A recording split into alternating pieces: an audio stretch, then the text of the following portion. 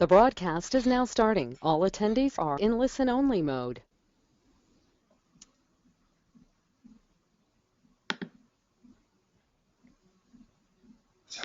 Hello everybody and welcome to our webinar, How to Get the Most Out of Your Traffic Using Performance Marketing Techniques. Thank you so very much for being here today side by side with us. We are very glad to have gathered such a great attendance and we are eager to help each other out in learning new techniques and maybe remembering old ones that could be repurposed and adapted to our day-to-day activities in order to hit that level of performance that everybody wants in their marketing. First of all, some administrative talk. Everybody will receive the presentation, the recording after this webinar, so sit back and enjoy. After we will end this session, we will upload our presentation on YouTube, so don't worry for taking notes during it. Everybody will receive everything in their inbox tomorrow. Another useful fact about this webinar and the webinar console is that at the end of the session we will have a 10 minutes questions and answers session, and everybody is welcome to ask us anything on the topic of the webinar by using that feature in the webinar console, which is for questions. You can spot the place in the right hand of your screen with a little plus side by side to it. Whenever you have a question, please address it to us, and also feel free to use this box if you are experiencing technical difficulties. Let us know so that we can mend things right away. If we won't be able to answer all of the questions, we will follow up with you by email tomorrow or the day after. A few words about myself. I'm Laura Moisei. I'm a marketing and PR manager for 123 Contact Form, the web form and survey builder. And my key performance indicator for today is the extent in which I will be able to show you how to use the power of data for your business success.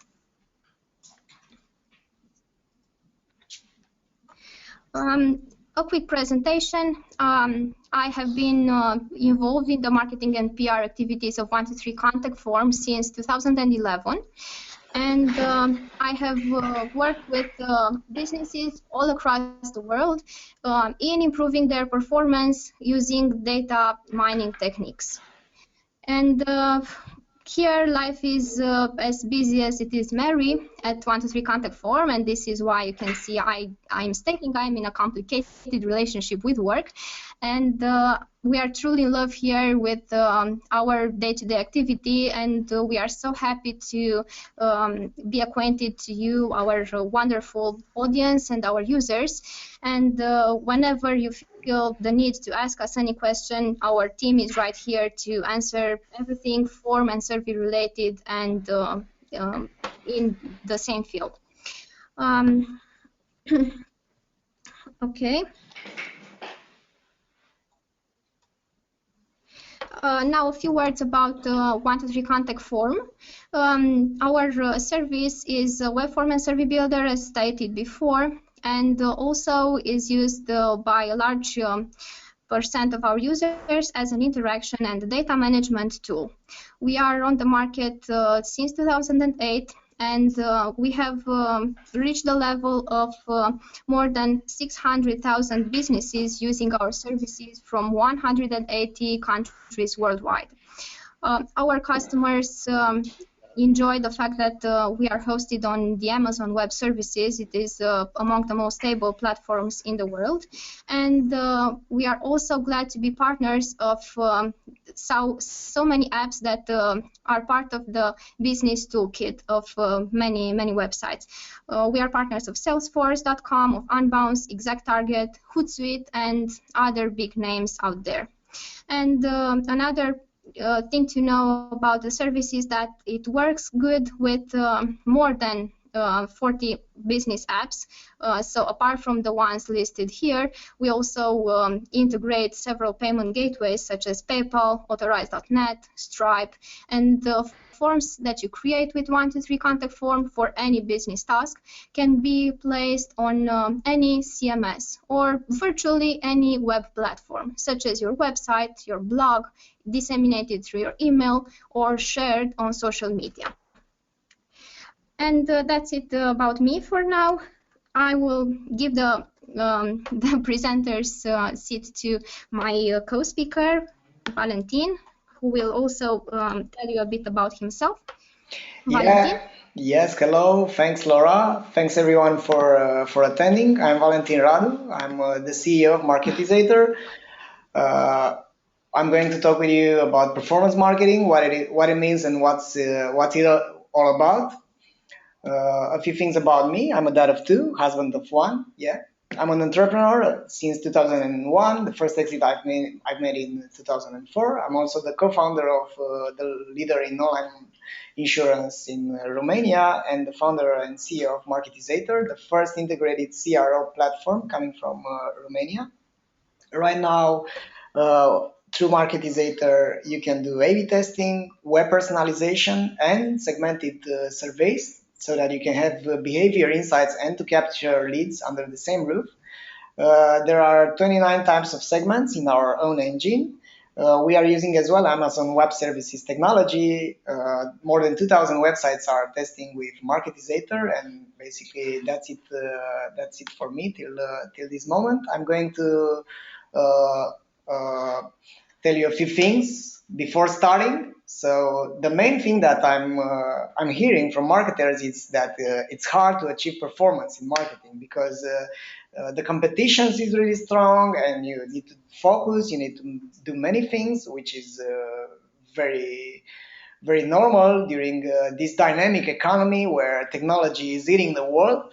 But the thing is that whether you think you can or you can't, you're right in both cases. So basically, you need to understand that you need to have a very good state and to always change your strategy if the old one is not working. So during this session, we are going to present you some case studies and some tips and tricks so that you can optimize your websites and to get the most out of your traffic. So Laura, I'm going to pass this to you right now. Thank you, Valentin. Just a fun fact about us sitting here today in front of you. Actually, we are not sitting in the same place at all. We are at about 500 kilometers apart in two separate cities of Romania and Eastern Europe, and we have to do a sort of a dance in order to synchronize across this distance and to be able to deliver this continuous presentation. So this is to say that we are apologizing in advance for any hiccups that could interfere with the normal flow of the presentation, and we are very eager to see where it goes and how this distance can be overcome in order to fit an awesome audience like you are. Okay, so let's go on, and let's see our first topic for today. As we move on to becoming more technical marketers, we naturally stumble upon a lot of questions, and these come through our day-to-day activity and are to be answered through various techniques that are recognized in the industry. This is why we thought it would be a good idea to give you today an A to Z guide as good as possible to optimizing your sales funnel, because we are speaking about e-commerce here in any way or shape or form it could take, e-commerce of any products, goods, or services. It all has a common denominator in shaping a good sales funnel. This leads to unbeatable success in your marketing endeavors. And let's see how you could get to a performance marketing by having a good sales funnel. First of all, main problem with most business marketing projects that we've met so far is that at some point in their existence, they find a red alert in their analytics and in their business stats. A red alert that says that they have too low conversion rate on their website. They have a conversion that doesn't meet their own expectations or the objective established by business owners for the year in course. And most of marketers that I know and myself even have the tendency of blaming the easy culprit, which is the website design. We tend to say, oh my God, I have a deprecated design, my buttons don't look so well, so therefore it means that this is the reason people are not converting on my website. Well, this could be an indicator, but the truth is that things are more nuanced here. And we should look at them through a 3D viewpoint, to say so. And I'm adventuring here to say that in most cases, the real trouble with low conversion rates is caused by the sales funnel, which is incorrectly configured or even missing in some cases. And this could be very bad for the business, could lead to casualties in translated in loss of profit and in lack of resources for continuing. Now, this concept, which is very widely used of a sales funnel, how can we break it apart? We can actually pinpoint 3 stages of the sales funnel that could give us a better view upon our user behavior and upon the reasons that can lead to them to abandon the cart and to drop a possible conversion. The first of them is the top of the funnel. The top of the funnel is that stage in the buying process where your prospects or your website visitors or your audience is not yet aware that your solution exists. So this happens when you have low traffic on your website. This is the main red flag that tells you that you have a problem at the top of the funnel. So when you spot that people are avoiding your website, it means that your main goal for the next period of time is to try and build brand awareness. So this is how you nurture your top of the funnel prospects in order to become aware of your product or your service. And how specifically, you might be asking, how can you do that? You can do that by driving search engine referrals or becoming visible in Google or in Yahoo or in Bing, or better off in all of them. Also, exposure on social media is a great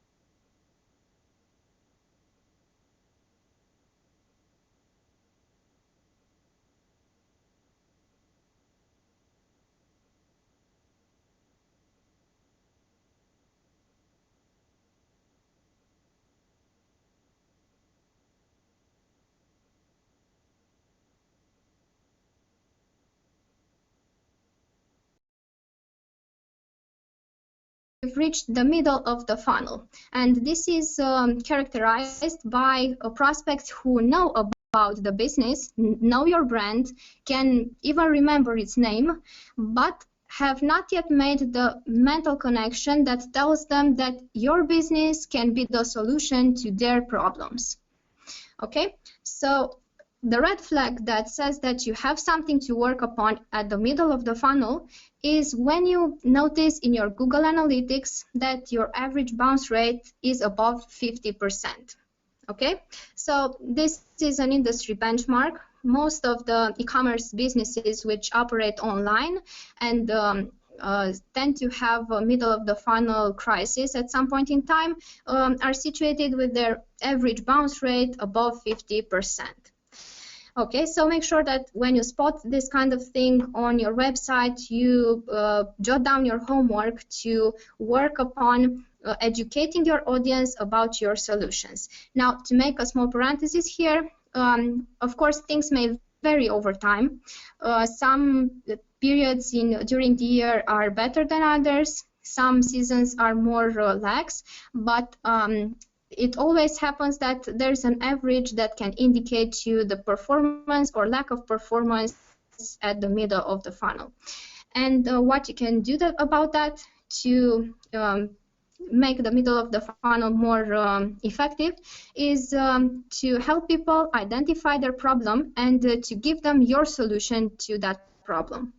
Now, that usually can be achieved by optimizing the key pages on your website for this, which are the feature product page or the page where you showcase your service in a business context, where you present them your products, your merchandise, or you present them your solutions.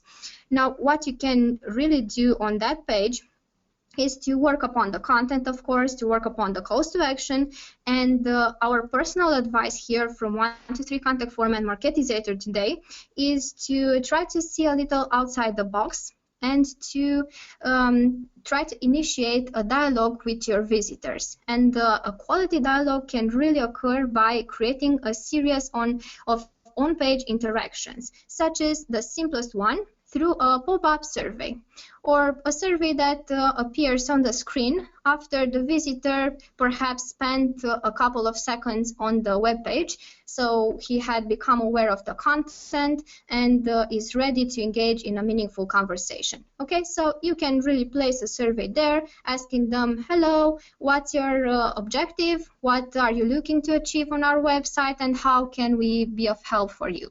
This is a method of collecting meaningful information that could shape your marketing messages for the better, and also is a way of showing people that you care about them. Everybody loves to know that their opinion is valued, and when they spend some time into filling in such a survey, then you know that they have performed a micro conversion, and they are one step ahead in the sales funnel where you want them to be. And last but not least, there is the bottom of the funnel, of course, where prospects are very, very close to closing a sale. They are aware of your services, but they haven't yet performed the conversion because they lack some dose of trust. So they aren't really sure that you really deliver that right solution for them from various viewpoints. Now, the indicator that you might have a problem at the bottom of the funnel is if your conversion rate on the website, in average, goes below 1%. I'm sorry.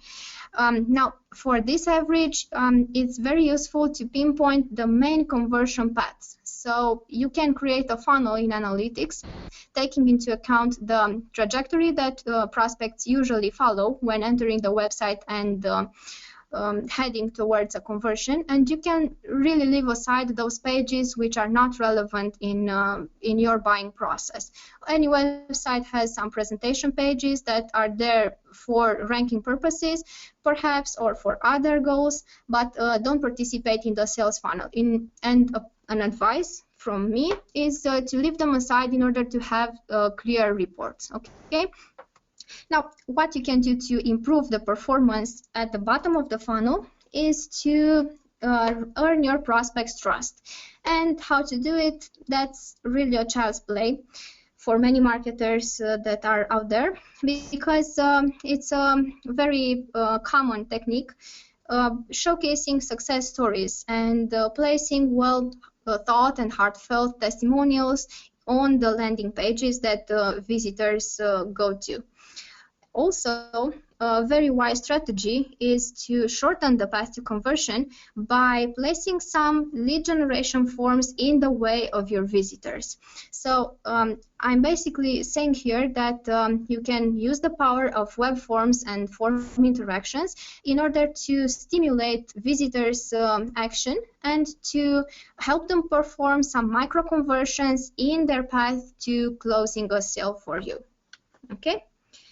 And if you are curious how other businesses did it, don't be afraid to ask us anything. We are willing to share success stories and the stories of marketers who struggled and who really made it using simple techniques like form surveys, funnels in analytics, and the like. Now, here is a portraitization of the sales funnel through the eyes of the merry guys at the evolvecreativegroup.com. If anybody is quite unfamiliar with how a real sales activity or scenario can look like, here is one. So they thought about an example with CEOs and chefs of donut franchises that don't know about some company's new bacon donut recipe. So this is the first stage in the funnel. They are the prospects at the top of the funnel. While moving on towards the middle of the funnel, they become contacts as they reach out to the business by phone, by email, or in person to ask about services or about that new bacon donut recipe. Moving on, the leads are generated out of those contacts after performing another action. So after becoming more acquainted with the service by, say, requesting a sample or requesting more information about that miracle recipe. Now, another point in the process then comes the finalist stage, which is at the point where those CEOs and chefs, so the previous prospects, are now ready to make the purchase, but still have a small hinder in their way because they probably want to check out other flavors or they want to just think some more about it. After you answer, or the business who provides the bacon donut answers their concerns here, then voila, they've become clients and they are gained at on the side of the e-commerce business who provides that miracle recipe. Okay, so you can see that it's fairly simple, but it really takes battery of well-thought actions in their conversion path to stimulate them to really head towards the conversion that you dream to. Okay. Now an example of how a sales funnel can be. The long version would be, let's say, users searching for a specific keyword, then arriving to the company website, which is if you have optimized the website for SEO so that it's visible preferably in the first page of the search engine results. And afterwards, people be there in order to read some posts and some articles about the solutions that you provide. Next, there comes a micro action, which can be downloading a white paper about the service, and afterwards visiting the features or services page, where, as we said before, the wise thing to do is to place a survey that asks them about their problems. After that, let's say that they exit the website. It can be very probable, but there's no reason to be sad about. You can, as a marketer, you can re-engage them by retargeting ads to them, let's say on Facebook, ads that have a personalized content which you can think of based on the results of the survey that you've given them at the previous step. So the prospects in the scenario see the ad on Facebook or other retargeting ads, let's say in the search engine via AdWords, and they remember about your service, which is the point where maybe they want to reinsure the thought that your service is right for them. So they want some reassurance, and they can search for a case study or a positive review from a peer of them, either online or on your website. If they are lucky and they find it, then they return on your website, where probably they can fill out a quote request form or another type of lead generation form, and they become a lead or a customer. Or the short version of all the story that we said before, the prospect can go searching for a topic of his interest, then arrive on your website, then leave but get retargeted by AdWords or Facebook ads. Afterwards, they can read some customer testimonials to gain trust in your service. They return on your website and complete the buying process.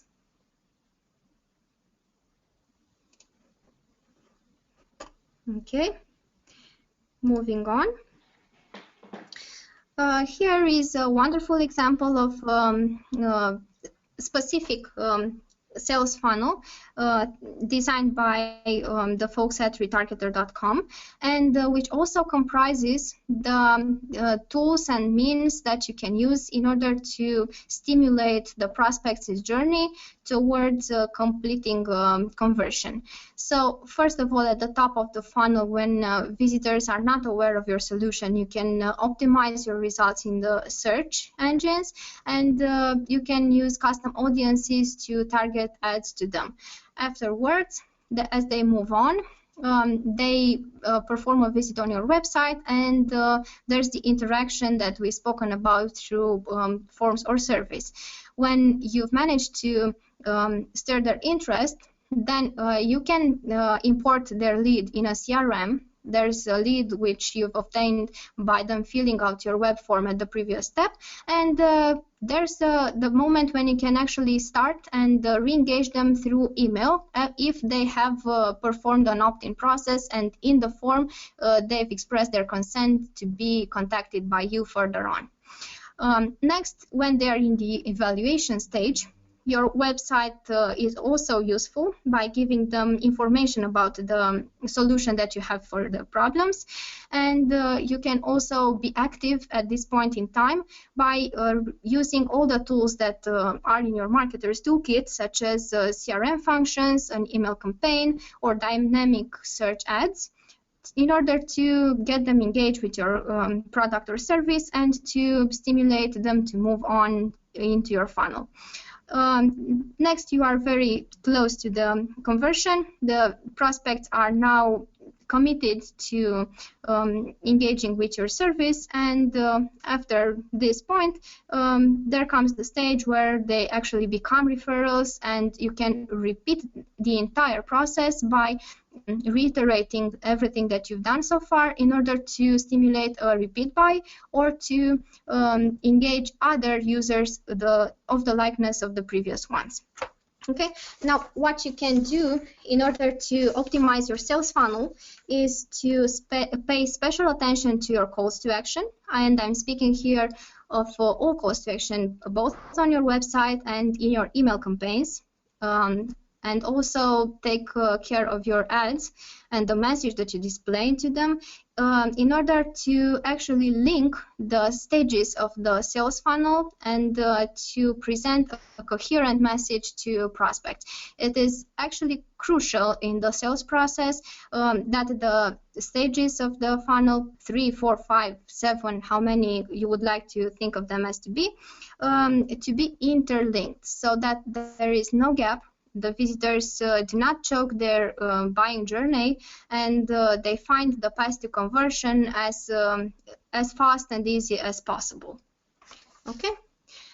You can use Google Analytics to pinpoint the user's journey and actually get your paper and pen and jot down the stages that your particular users use to go in order to reach that conversion point. There is no foolproof formula. Every business is special in its own ways, and we encourage you warmly to start personalizing your web content and to think of your business as sales machine and as one that can be really optimized and driven to more sales and more conversions in the future. Okay, so here is the point when I'm passing the presenter seat to Valentin again, who will tell you some further good information about web personalization and how you can become performant in your marketing. Yeah, so thanks, Laura. I wanted to say to the audience that they can have a whole free ebook about funnel optimization by clicking on this link. And I'm going to the next chapter. I'm going to talk with you about three things that we have on our plate. First is how to differentiate yourself and what differentiation means. Then the growth hacking, and last but not the least, is about web personalization. So what being different actually mean, and why do you need to be different? First of all, you need to be different because that's how our brain is wired. So we are not looking at the same things that we've seen before. We are always striving for the novelty. We are always being tricked by link baiting. We are always looking at the red spot upon the gray thing. So being different in terms of web and making your web presence different means to take into account the whole value chain of your website. So you have the research part, then the product, the technology, the way you are communicating, and the customer service. So on each step of this value chain, you need to be different. I'm not going to spoil your time by reading all those things, but the main thing is that when you are doing research, how can you be different? What kind of customer insights can you get from your web analytics? What kind of a team can you use in order to find out what's behind the effect? What's behind the fact that people are actually not converting, are not making the actions that you would like them to do? What's different based on the address markets that you might use, or in terms of the behavior insights that you're getting. Then moving on to the product, you need to be different by the brand that you're using, the functionalities, the quality versus price ratio. So every step of this thing can be tweaked, and you should put the right questions in order to get the right answer. Then moving to the technology, you have the user interface, the page speed, the personalization, the technological innovation, and the tools that you are using. You can be different by looking onto what's new on the market, but not staying and always doing what the market leaders are doing, but looking at the new things and tweaking the system so that you can be in front of your competitors. Then looking at differentiating yourself by the advertisement that you are doing and the way that you are communicating. So you can be different by having a huge budget, but that's not going to solve the problem. You can see the big players which are using big budgets, but you can use the viral growth and the leverage that you can get from getting recommended by your own visitors right now. So you can be different in terms of positioning yourself different by using other channels that they are not using, or by getting leverage by viral growth. And we are going to talk about this further on growth hacking techniques. And the last but not the least is the customer service. Are you using the good old principle under promise, over delivery? Are you taking into account the satisfaction? Are you measuring the satisfaction? Are you doing post-sale services, or you are just getting the money from your visitors or from your customers, and that's it? So basically, on each step of these five things, you should take into account, and you could tweak the system so that you will be different. You can see some example here. You can go right now to lush.com. The experience is a total different experience. I mean, it's unlike any other cosmetics website that you are seeing. Not all those smiley faces, not all buy this and get that. Yeah, on the first step, you are getting this emotional thing and all those things moving on there with the videos. Moving on to another example of very cool product differentiation, it's Apple. So they have a small number of products. They are creating demand so that everybody stays queuing to the next iPhone 7 that will come. They are focusing on the clients with high income, so their priority is the revenue, not the amount of sales. Another example which I like very much is Airbnb. If you go right now on Airbnb, they are using a video and they are making you feel the emotion of moving to a new home, because basically that's what they are delivering to their customers. They are delivering an experience, and the economy is moving now from selling goods to selling services to selling experiences. So that's why if you go right now to Airbnb.com, you will see that nice girl sleeping there, and then another thing with some other guys being outside on a porch doing barbecue and everything. And the main focus is on the filters and the search bar. So you don't see like 30 spots where you could click, but you can see only focusing on the things which are delivering the best revenue for them. Like people need to find out the homes that they are going to use in during their trips. So the homework for you for this chapter is to put yourself the right questions, and the questions are: what are my points of differentiating? How am I different on all those steps? Like how is my team different? How is my customer insight? How is my product? How is my online presence? How is my advertisement and everything like this? What is it that makes me stand out of the crowd? What is my differentiator strategy in terms of product, people, communication, technology, and client service? So put yourself into work and answer to these questions, because by staying here and by not doing anything more than you did till yesterday is not going to change the problem with your company or with your product. The next step is about growth hacking. And what growth hacking actually means is mixing this wonderful persuasion principle and marketing with engineering and technology. So we have the chance right now of moving from marketers to tech marketers. Uh, we don't want to sell products. We want to change the habits of our visitors, yeah, of the humans that we want to address with our products or services. And one of my favorite quotes about habits is that first we form habits and then they form us. That's a quote from Jim Rohn, which is a really nice guy and persuasive guy as well.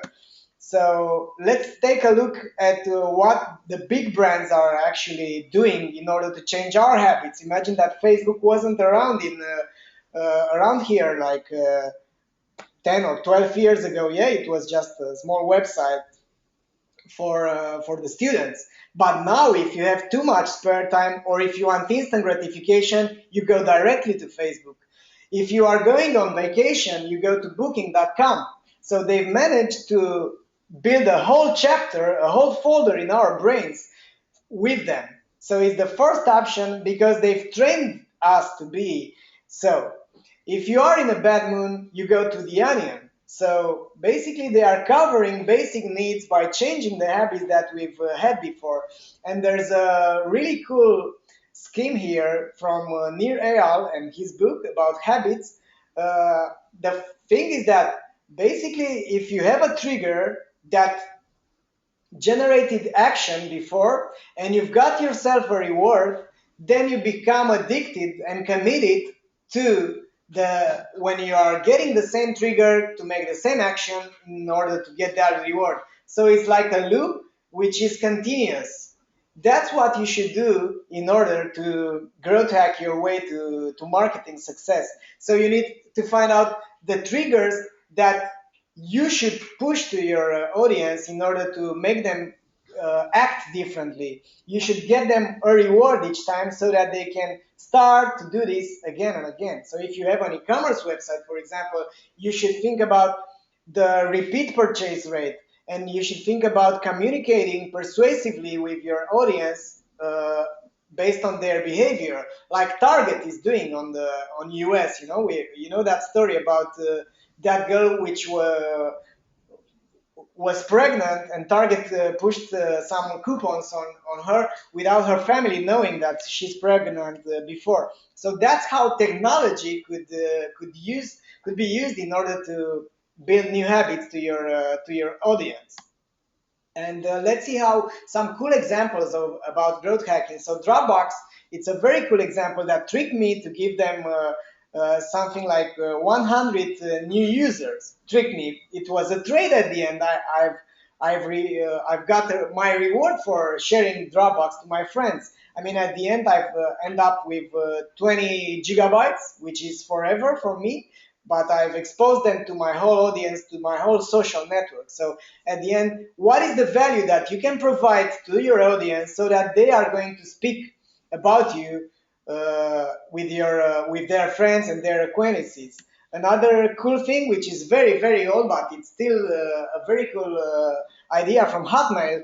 They've gathered 12 million new email accounts in their early stage in 1990 something, by putting a small signature there, PS, I love you, get your free email at Hotmail at the bottom. So at the end, it's a very nice thing, which is creating sympathy and curiosity. So at the end, they've hacked their way to change the habits of their audience to build their free email at Hotmail. And why is this so important? Why you should use these growth hacking techniques? We have a chart here with some statistics from Nielsen Global, and you could see that people are trusting, 92% of people are trusting the recommendations from people they know, and 70% from consumer opinions, which are being posted online.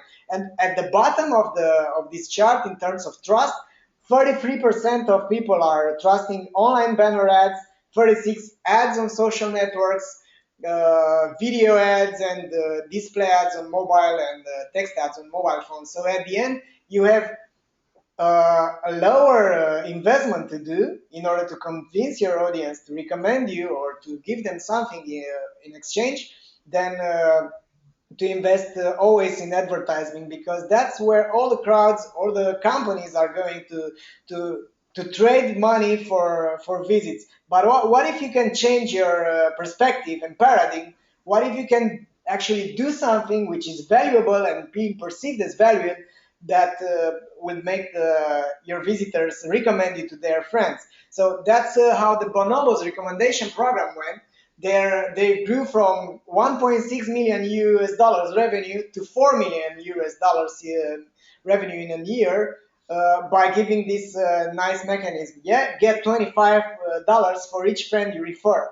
And then they've made the snowball become higher and higher without spending money into advertisement. So they did their work better. They've seen that any new customer is costing them maybe $30, and they didn't have that money, and they said, okay, what if we will uh, support our business by these referrals? What if we'll give them up from this discount that we can afford instead of paying for advertisement? And what if the people are going to talk about us? So at the end, the net promoter score of Bonobos is it was 78, while the NPS of Apple was 77. So basically, they trust the brand because their friends trusted it, and that's how it became the viral. So you should spread through recommendation. You should go viral with content. You should plant habits on the client that you already have, and you should use the power of leverage. You can have some key performance indicators about your visitors right here by going to this link. And the next chapter and the last for this for today is about personalization. So all the big companies are doing this. So they are such big corporations that nobody trusts. So not nobody, but fewer people are willing to trust big companies, that they are forming relations with their customers through their employees. Yeah, so they are using this social leverage. So look what Starbucks was doing by writing the name so that they are becoming personal, and the guy which handles you the coffee is giving you your name on the can. That's what Coke did the same, yeah, writing the name of the customer because 73% of the customers in the US claim that they like to buy from brands and companies that use data to personalize the messages and offers. And here is a technique that you should use in order to not being perceived as a big brother. So you should use the sandwich technique. So you should give things, you should use data that people know that you already have. So for example, the geolocation, you should use their name that they've already provided you, but you can use this familiarity and then a new things and then familiarity. So that's how web personalization can be used. There are many ways to personalize the experience of the visitor. So you can use the type of device, the resolution, the geolocation. You can even use the weather. In Marketizator, you can use the weather conditions so that you can use the context because the context is affecting your emotional state and your emotions are generating new actions. So you can also use the previous behavior, the calendar, the hour, buy this in 43 minutes to get it by tomorrow. You can use the visitor history, the access page, the amount of products that they have in their cart. It's if it's about an e-commerce. So you can use all this data so that you can dynamically adjust the website to the visitors. Here is an example about how easy it is to create these kind of segments through our platform. So you can use the geolocation and the weather temperature. These are some examples with personalization according to the hour. So this hotel sale, yeah, you have you should buy it right now because it's you can get it till 12 o'clock. And then the personalization according to the weather that was not paid they did. Another way is to personalize according to the city, yeah, just for Baltimore residents, and then the personalization according to the behavior. That's one of the tests our customers did. So for an e-commerce website which was selling watches, on exit intent, only for the visitors from Q&Q, they've re-engaged them before letting them away by giving them these filters like watches under $50, watches between $50 and $300, and above $300. In this way, instead of letting them bounce from their website, they've re-engaged them. They've made them see more watches that suits their budget, and in the end, they've gained more customers.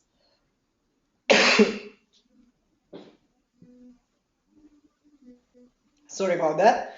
And the last thing, it's personalized about according to the user history. So for your first-time visitors that you don't have any relation with, you should use another way to address them and another way to present yourself because your brand and your website is like a guy which enters to that door without knowing nobody at the party. So for the first time visitors, you want to create a relation. And the first step in the funnel is to present yourself and to show them how you are valuable, how you are different, how you can fulfill their needs. Then, during the next visits, you could address different needs. But the first time is to create a relation. So for the first visitors, that's how Barkside Pet Hotel did for them. And because you've been awesome and because you've stayed so long with us, we have a gift for you.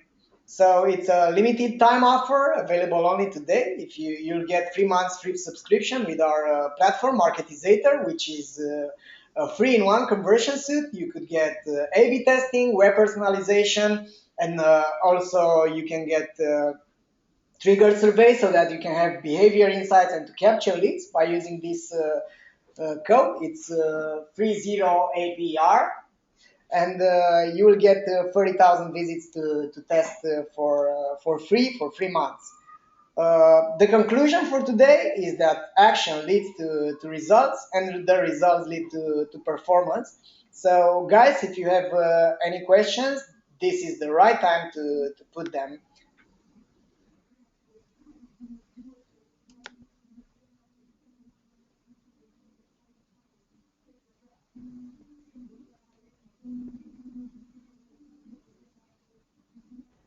Laura, are you still there? Yes, Valentina, I'm still here, facing myself in the western part of Romania. Okay, so that has been a useful presentation from my point of view, at least. And I think I too have some actionable examples to start implementing in my marketing strategy because you always keep learning. Why not? We learn at every step of the way. And we learn by hearing what worked for the others, what didn't work, and by knowing what industry recommendations say, and also by transforming at each step of the way. Now, thank you very much, everybody, for attending today. And make sure that at every part of your marketing cycle, you stay on top of the performance that you have set for yourself. Thank you very much again, and we are eager to see you at the next webinar. Yeah, thanks a lot, everybody. Have a great day, and weekend is coming, so have a great weekend as well. Feel free to contact us. My email address is valentin@marketizator.com. And mine is Nora@123contactform.com. Okay, so best of luck to all of you, and have a wonderful day and life over there. Bye bye. Bye bye.